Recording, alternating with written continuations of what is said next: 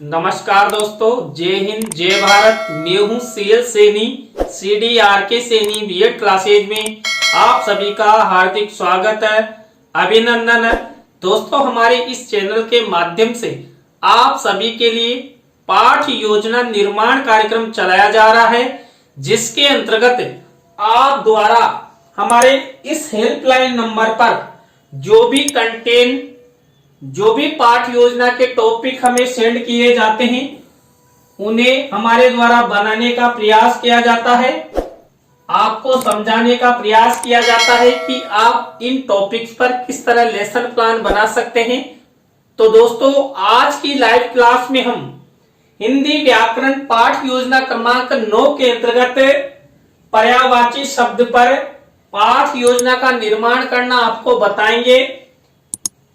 पर्यायवाची शब्द जिसे समानार्थक शब्द भी कहते हैं। दोस्तों, इस टॉपिक की मांग झारखंड से हमारी एक प्रशिक्षणार्थी है पुष्पा, उन्होंने ये टॉपिक बनवाया है। लेकिन आप सब इस लाइव क्लास को पूरा देखें, जिससे आपको भी समझ में आए कि किस तरह हम पर्यायवाची शब्दों पर लेसन प्लान बना सकते हैं। दोस्तों, आप सब जानते हैं, सबसे पहले हम लेसन प्लान निर्माण करते समय शामपट पूर्ति बनाते हैं। तो दोस्तों, यहाँ पर शामपट पूर्ति के अंतर्गत विद्यालय का नाम, कक्षा, दिनांक, विषय, विधा, कालांश, कालांश का समय और बीच सेंटर में हमारे प्रकरण का नाम लिखते हैं। प्रकरण को अंडरलाइन करते हैं, इन्वर्टेड कोमाज में बंद करते हैं। दोस्तों, श्यामपट पूर्ति के बाद हम उद्देश्य, विशिष्टीकरण और अपेक्षित व्यवहारगत परिवर्तन बनाते हैं। दोस्तों, यहाँ पर जो ये उद्देश्य, विशिष्टीकरण और अपेक्षित व्यवहारगत परिवर्तन का फॉर्मेट बनाया जाता है, इसके अंतर्गत हम हिंदी व्याकरण से रिलेटेड 6 उद्देश्य लेते हैं, जिसके अंतर्गत पहला उद्देश्य ज्ञानात्मक होता है। इस ज्ञानात्मक उद्देश्य से रिलेटेड और हमारे मुख्य प्रकरण का ध्यान रखते हुए हम ये 1 से 2 विशिष्टीकरण और 2 से 3 अपेक्षित व्यवहारगत परिवर्तन बनाते हैं। इसी तरह दोस्तों, अवबोधात्मक उद्देश्य से रिलेटेड ये 1 से 2 विशिष्टीकरण और 2 से 3 अपेक्षित व्यवहारगत परिवर्तन बनाते हैं। दोस्तों, इसी तरह हम अभिव्यक्त्यात्मक उद्देश्य से रिलेटेड ये 1 से 2 विशिष्टीकरण और 2 से 3 अपेक्षित व्यवहारगत परिवर्तन बनाते हैं। इसी तरह दोस्तों, कौशलात्मक उद्देश्य से रिलेटेड आपको आपकी दैनिक पाठ योजना डायरी में ये 1 से 2 विशिष्टीकरण और 2 से 3 अपेक्षित व्यवहारगत परिवर्तन बनाना होता है। इसी तरह दोस्तों, अभिरुच्यात्मक उद्देश्य से रिलेटेड हम 1 से 2 विशिष्टीकरण और 2 से 3 अपेक्षित व्यवहारगत परिवर्तन बनाते हैं। इसी तरह दोस्तों, हम अभिवृत्त्यात्मक उद्देश्य से रिलेटेड ये 1 से 2 विशिष्टीकरण और 2 से 3 अपेक्षित व्यवहारगत परिवर्तन बनाते हैं। दोस्तों, इस तरह आपको ये 6 उद्देश्य, उनके विशिष्टीकरण और अपेक्षित व्यवहारगत परिवर्तन का फॉर्मेट बनाना है। इस तरह यदि आप अच्छा फॉर्मेट बनाते हैं तो आपका लेसन प्लान भी अच्छा बनता है। दोस्तों, इसके बाद हम कक्षा शिक्षण सहायक सामग्री का कॉलम बनाते हैं। कक्षा शिक्षण सहायक सामग्री 2 प्रकार की होती है, सामान्य और विशिष्ट। दोस्तों, यहाँ पर सामान्य शिक्षण सहायक सामग्री तो हमें मार्केट में रेडीमेड मिल जाती है, लेकिन जो विशिष्ट शिक्षण सहायक सामग्री होती है उसका निर्माण हमें करना होता है, जिसके अंतर्गत हम चार्ट, चित्र, मॉडल, प्रतिकृति आदि का निर्माण करते हैं। दोस्तों, यहाँ पर जो पर्यायवाची शब्द है, इस मुख्य टॉपिक पर हम केवल चार्ट का निर्माण करेंगे। दोस्तों, कक्षा शिक्षण सहायक सामग्री के बाद आपको पूर्व ज्ञान का कॉलम बनाना है। पूर्व ज्ञान के कॉलम के बाद आपको शिक्षण विधि प्रविधि का कॉलम बनाना है। दोस्तों, यहाँ पर हम अधिक से अधिक प्रश्नोत्तर विधि और प्रयोग विधि का प्रयोग करते हैं। तो दोस्तों, यहाँ तक की प्रक्रिया, यहाँ तक का फॉर्मेट आपको अच्छे से बनाना है, जिससे आपका लेसन प्लान अच्छा बन सके। दोस्तों, इसके बाद आप सब जानते हैं, हमारा जो मुख्य लेसन प्लान शुरू होता है वो पहले शिक्षण बिंदु से शुरू होता है और पहला शिक्षण बिंदु ही सबसे मोस्ट होता है। पहला शिक्षण बिंदु होता है प्रस्तावना। दोस्तों, प्रस्तावना शिक्षण बिंदु को हम उत्प्रेरणात्मक उपक्रम भी कहते हैं, जिसके अंतर्गत हम प्रस्तावना के 3 से 5 प्रश्न बनाते हैं। अंतिम प्रश्न समस्यात्मक होता है, प्रश्नों में तारतम्यता होती है, जिग-जैग होता है, उत्तरों से ही प्रश्न बनाया जाता है और यहाँ पर छात्र छात्राओं के पूर्व ज्ञान पर आधारित प्रश्न लिए जाते हैं। छात्र छात्रा इन प्रश्नों के उत्तर आसानी से दे सके। प्रश्न हमेशा सरल होते हैं, संक्षिप्त होते हैं। दोस्तों, मैंने पर्यायवाची शब्दों पर किस तरह प्रस्तावना के प्रश्न बनाए। पहला प्रश्न देखिए, संसार का सबसे बुद्धिमान प्राणी किसे माना जाता है? तो मानव को। अब इसी उत्तर से हमारा नेक्स्ट प्रश्न बनेगा।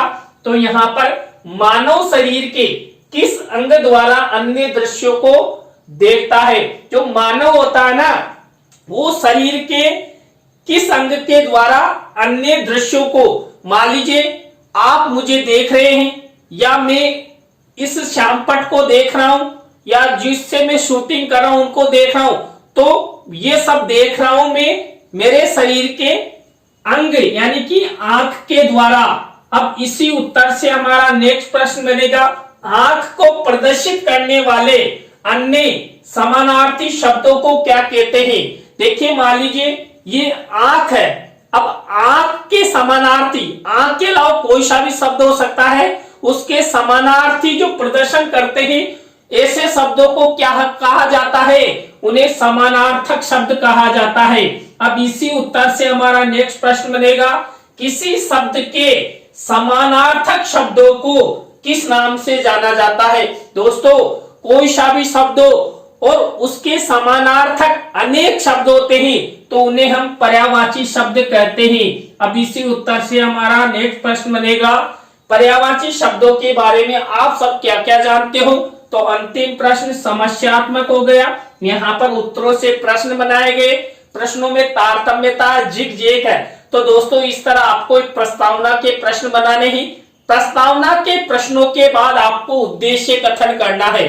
किससे संबंधित? हमारे मुख्य प्रकरण से संबंधित। अब दोस्तों, यहाँ पर हमारा मुख्य प्रकरण क्या है? पर्यायवाची शब्द। तो यहाँ पर उद्देश्य कथन किया गया है। बच्चों, आज हम सब पर्यायवाची शब्दों के बारे में विस्तार पूर्वक अध्ययन करेंगे।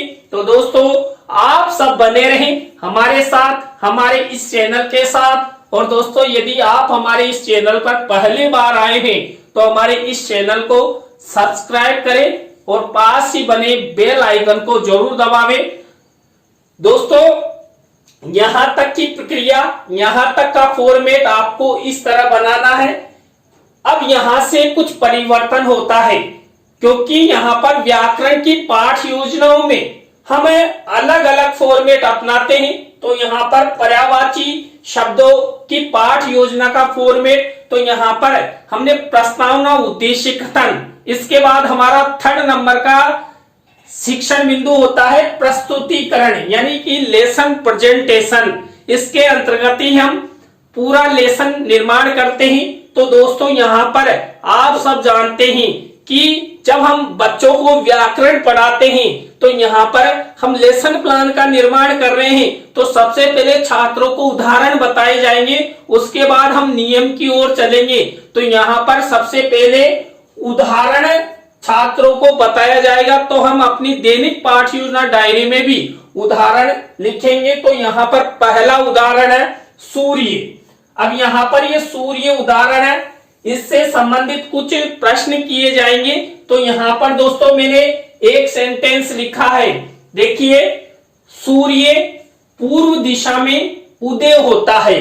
अब यहाँ पर इस तरह का सेंटेंस बना दिया, किसमें?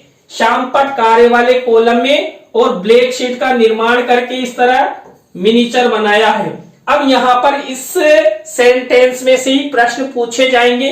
तो पहला प्रश्न है, श्यामपट्ट पर प्रस्तुत वाक्य क्या है? तो दोस्तों, यहाँ पर श्यामपट्ट पर प्रस्तुत वाक्य क्या है? सूर्य पूर्व दिशा में उदय होता है।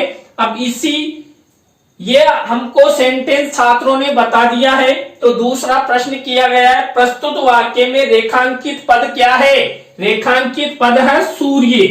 अब नेक्स्ट प्रश्न किया गया है, प्रस्तुत रेखांकित शब्द सूर्य का एक समानार्थी शब्द बताइए। यानी कि जो सूर्य प्रदर्शित हो रहा है, इसके प्रदर्शन को करने वाला ऐसा ही कोई शब्द बताइए। तो यहां पर सूरज। अब यहां पर क्या सूर्य एवं सूरज शब्दों के अर्थ में भिन्नता है? मान लीजिए आपसे पूछा जाए कि सूर्य और सूरज में अंतर है क्या, तो उत्तर आप क्या देंगे और बच्चे भी क्या उत्तर देंगे? कुछ भी अंतर नहीं है, क्योंकि सूर्य और सूरज दोनों को एक ही नाम को प्रदर्शित कर रहे हैं। अब यहां पर नेक्स्ट प्रश्न किया गया, अब मान लीजिए इस तरह जो एक प्रकार के एक ऐसे शब्दों के समानार्थी अन्य शब्दों को क्या कहते हैं? यानी कि यहां पर एक वस्तु को प्रदर्शन करने वाले अनेक समानार्थी शब्द होते हैं, तो उनको क्या कहेंगे? तो छात्र चिंतन करने लग जाएंगे। तो यहां पर ये इस तरह धीरे धीरे हम कहा जाएंगे पर्यायवाची शब्दों के नियमों की ओर। तो यहां पर सबसे पहले छात्रों को पहला उदाहरण बताया गया है। इसी तरह हम दोस्तों छात्रों को दूसरा उदाहरण बताएंगे, लेकिन इससे पहले छात्रों के लिए जो हमने पहला उदाहरण बताया उसका स्पष्टीकरण करेंगे। तो दोस्तों यहां पर देखिए, जो पहला उदाहरण हमने सूर्य लिया था उसका स्पष्टीकरण इस तरह किया गया है। इस तरह छात्र अध्यापक छात्र अध्यापिका कथन करते हुए जो छात्र अध्यापक छात्र अध्यापिका होते हैं वो इस तरह स्पष्टीकरण करेगा, छात्र छात्रा इस तरह सुनेंगे और शिक्षण सहायक सामग्री के रूप में आप आपकी दैनिक पाठ योजना डायरी में इस तरह रंगीन चार्ट का प्रयोग करेंगे। देखिए यहां पर मैंने लिखा है सूर्य के समानार्थी शब्द है सूरज, भानु, दिवाकर, भास्कर, आदित्य। तो इस तरह हम पहले उदाहरण का स्पष्टीकरण छात्रों के सामने करेंगे, लेकिन नियम नहीं बताएंगे दोस्तों, नियम अभी उदाहरण ही चल रहे हैं। तो हमारा अब सेकंड नंबर का उदाहरण आप देखिए। सेकंड नंबर का उदाहरण लिया हमने जल तथा शरीर। अब दोस्तों सबसे पहले वही पहले उदाहरण में हमने आपको बताया था, तो यहाँ पर वही मैंने श्याम पट कार्य वाले कॉलम में ब्लैक शीट का निर्माण किया और इस तरह का श्याम पट पर ये सेंटेंस लिख दिया है, जल मानव शरीर के लिए अति आवश्यक है। अब यहाँ पर प्रश्न बनाए जाएंगे पहले उदाहरण की तरह ही। तो श्याम पट पर प्रस्तुत वाक्य क्या है कि जल मानव शरीर के लिए अति आवश्यक है। अब यहाँ पर दूसरा प्रश्न, प्रस्तुत वाक्य में रेखांकित शब्द क्या क्या है? तो जल भी है और शरीर भी है। अब यहाँ पर प्रस्तुत रेखांकित शब्द जल का एक समानार्थी शब्द बताइए। जल का समानार्थी शब्द यानी जल को हम पानी भी कहते हैं। अब दूसरा प्रश्न देखिए, प्रस्तुत रेखांकित शब्द शरीर का एक समानार्थी शब्द बताइए। तो दोस्तों काया। अब यहाँ पर दोस्तों ये एक एक समानार्थी शब्द पूछने के बाद छात्रों को धीरे धीरे मालूम हो जाएगा कि इस प्रकार एक शब्द के समानार्थी अन्य शब्दों को क्या कहते हैं। पहले उदाहरण में उन्होंने चिंतन किया था, लेकिन पहले उदाहरण के स्पष्टीकरण के बाद छात्रों को कुछ ज्ञान होने लगा, तो यहाँ पर इसका झट से उत्तर दे देंगे पर्यायवाची शब्द। अब दोस्तों इसका स्पष्टीकरण करेंगे। तो यहाँ पर देखिए दूसरे उदाहरण का इस तरह स्पष्टीकरण किया गया है, जल तथा शरीर के। तो छात्र अध्यापक छात्र अध्यापिका कथन और छात्र छात्रा क्रिया और शिक्षण सहायक सामग्री में इस तरह चार्ट मिनिएचर के रूप में लगाना है। तो जल के पर्यायवाची समानार्थी शब्द दिखाए गए हैं, शरीर के समानार्थी शब्द दिखाए गए हैं। तो इस तरह ये दूसरे उदाहरण का स्पष्टीकरण हो गया। इसी तरह दोस्तों हमारा थर्ड नंबर का उदाहरण देखिए, नारी तथा आभूषण। अब यहाँ पर वही हम सबसे पहले श्याम पट कार्य वाले कॉलम में क्या करेंगे, ब्लैक शीट का निर्माण, ये सेंटेंस लिख देंगे छात्रों के सामने और अपनी दैनिक पाठ योजना डायरी में भी इस तरह का मिनिएचर बनाएंगे। अब इसी से रिलेटेड वही पहले और दूसरे उदाहरण की तरफ प्रश्न किए जाएंगे, क्योंकि यहाँ पर हम प्रश्नोत्तर विधि का प्रयोग करे हैं और दूसरी विधि प्रयोग विधि का। तो यहाँ पर वही पहला प्रश्न कि श्याम पट पर प्रस्तुत वाक्य क्या है, नारी की सुंदरता आभूषणों से बढ़ जाती है।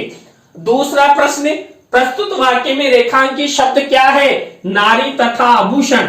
इसके बाद थर्ड नंबर का प्रश्न है, प्रस्तुत रेखांकित शब्द नारी का एक समानार्थी शब्द बताइए, तो महिला है। इसके बाद रेखांकित शब्द आभूषण का एक समानार्थी शब्द बताइए, तो जेवर। इस प्रकार एक शब्द के समानार्थी अन्य शब्दों को क्या कहते हैं, तो पर्यायवाची शब्द कहते हैं। अब दोस्तों इस थर्ड नंबर के उदाहरण के द्वारा हम क्या करेंगे, स्पष्टीकरण करेंगे। तो दोस्तों ये स्पष्टीकरण हो गया। यहाँ पर भी वही छात्र अध्यापक छात्र अध्यापिका कथन और इस तरह का फॉर्मेट बनाते हुए शिक्षण सहायक सामग्री के कॉलम में ये मिनीचर लगाया रंगीन। तो इस तरह हमारे तीनों उदाहरण है और तीनों उदाहरणों का स्पष्टीकरण हम इस तरह करेंगे दोस्तों, जिससे छात्रों को अच्छी तरह मालूम होने लग जाएगा।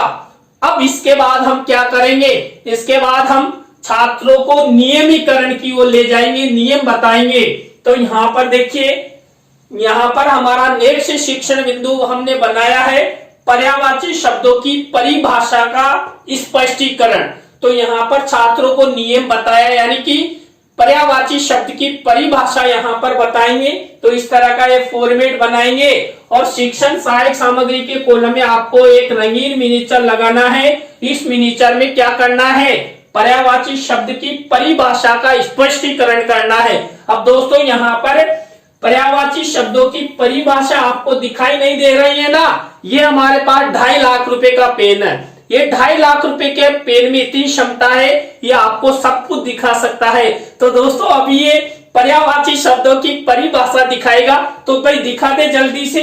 ये देखिए यहाँ पर देखिए, ये पर्यायवाची शब्दों की परिभाषा भी है और पर्यायवाची शब्द जिसे हम समानार्थी शब्द कहते हैं, तो उनके उदाहरण है। तो इस तरह मैंने ये 10 उदाहरण 10 शब्दों के समानार्थी यानी पर्यायवाची शब्द दिखाए हैं और ये पर्यायवाची शब्दों की परिभाषा दिखाइए। तो इस तरह आपको ये मिनीचर स्पष्टीकरण के रूप में, नियमीकरण के रूप में लगाना है।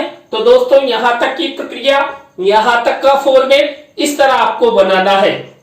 दोस्तों इस स्पष्टीकरण के बाद हम अभ्यास कार्य करते हैं। अब यहाँ पर अभ्यास कार्य में वही किया जाएगा जैसे हमने फर्स्ट नंबर में उदाहरण लिए थे। यहाँ पर 3 उदाहरण हमारे द्वारा लिए जाएंगे। पहला उदाहरण मुंह तथा कान। अब यहाँ पर वही हम क्या करेंगे, श्याम पट कार्य में ब्लैक शीट का निर्माण और इस तरह सेंटेंस बना देंगे और इस तरह का हम क्या करेंगे, वही प्रश्नोत्तर बनाएंगे। इसके बाद वही दूसरे नंबर का उदाहरण, तो दोस्तों ये नदी तथा पहाड़ इस तरह, और ये ब्लैक शीट का निर्माण और सिल्वर कलर के पेन से ये उदाहरण लिख दिया है और इससे संबंधित ये प्रश्न किए। इसके बाद थर्ड नंबर का उदाहरण, दोस्तों ये थर्ड नंबर का उदाहरण है। तो इस तरह हम यहां पर देखिए, यहां पर थोड़ा मिस्टेक है, यहां पर विद्यालय तथा पुस्तक आएगी, यहां विद्यालय तथा पुस्तक लिख देना है, टाइपिंग में मिस्टेक हो गई है। तो इस तरह ये थर्ड नंबर का उदाहरण हो गया।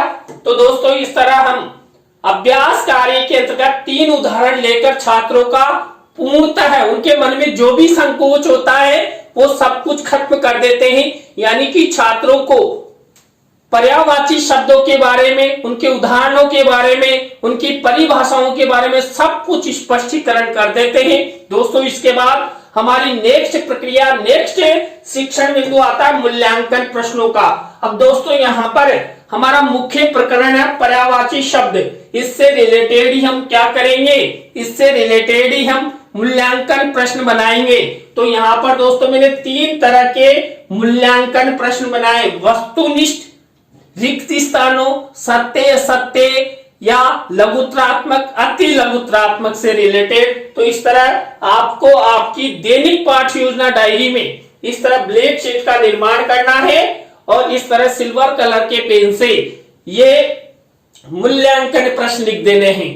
मूल्यांकन प्रश्नों के बाद ये गृह कार्य का फॉर्मेट, तो ये गृह कार्य होगा, गृह कार्य इस तरह आपको देना है। तो दोस्तों आज की लाइव क्लास के अंतर्गत व्याकरण, हिंदी व्याकरण पाठ योजना क्रमांक 9 के अंतर्गत हमने पर्यायवाची शब्दों के बारे में आपको बताया कि पर्यायवाची शब्दों पर हम किस तरह पाठ योजना का निर्माण कर सकते हैं। तो दोस्तों आज की लाइव क्लास आपको कैसी लगी कमेंट्स में हमें जरूर बताएं। अच्छी लगी हो तो लाइक करें, कमेंट्स करें और शेयर जरूर करें। दोस्तों आज के लिए बस इतना ही। जय हिंद, जय भारत, राम राम सा।